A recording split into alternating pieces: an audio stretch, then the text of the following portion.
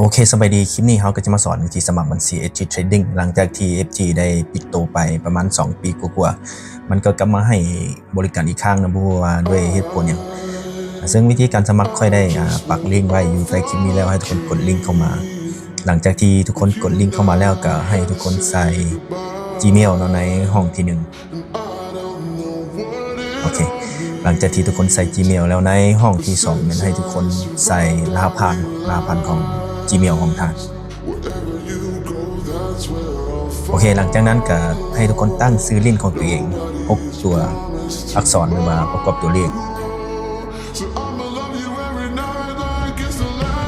ห้องสุดท้ายเขาก็จะบ่ต้องมีการเปลี่ยนแปลงอย่างเลยเนาะใส่ตามนี้เลยหลังจากที่เขากดสอบข้อมูลคืนใน3ห้องทำบิดแล้วเขาก็กด sign up หลังจากนั้นระบบมันก็จะส่งรหัสยืนยันไปทาง Gmail ของเราให้ทุกคนไปเปิด Gmail ขึ้นมาธรรมดามันก็จะขึ้นอยู่ในหน้าทำบิดเลยเนาะแต่ว่าถ้าผู้ใดที่บ่ขึ้นก็ให้ทุกคนกดไปที่จดหมายทางขยะจดหมายทางขยะแล้วทุกคนจะเห็นการยืนยันที่จะส่งมาทาง Gmail ของเราให้ทุกคนกด confirm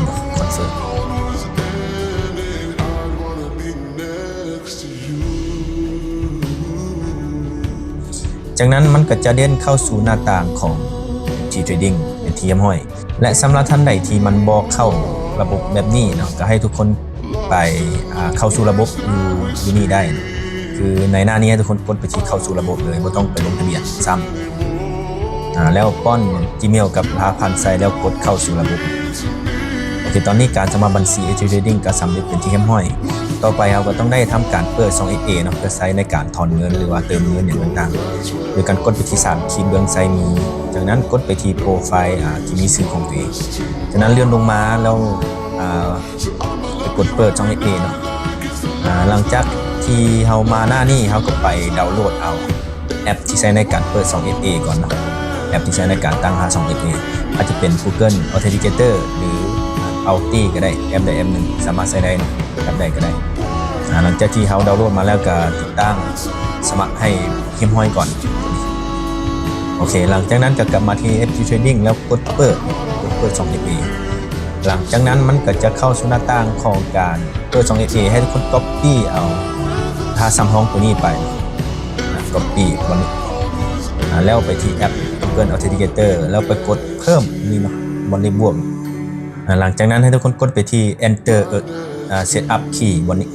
จากนั้นในห้องที่1ก็ให้ทุกคนพิมพ์ชื่อใส่แล้วในห้องที่2ให้ทุกคนวางรหัสแถวก็มาบางทีนี้แล้วกด add นี่ add ก็คือการเพิ่มบัญชีเข้าไป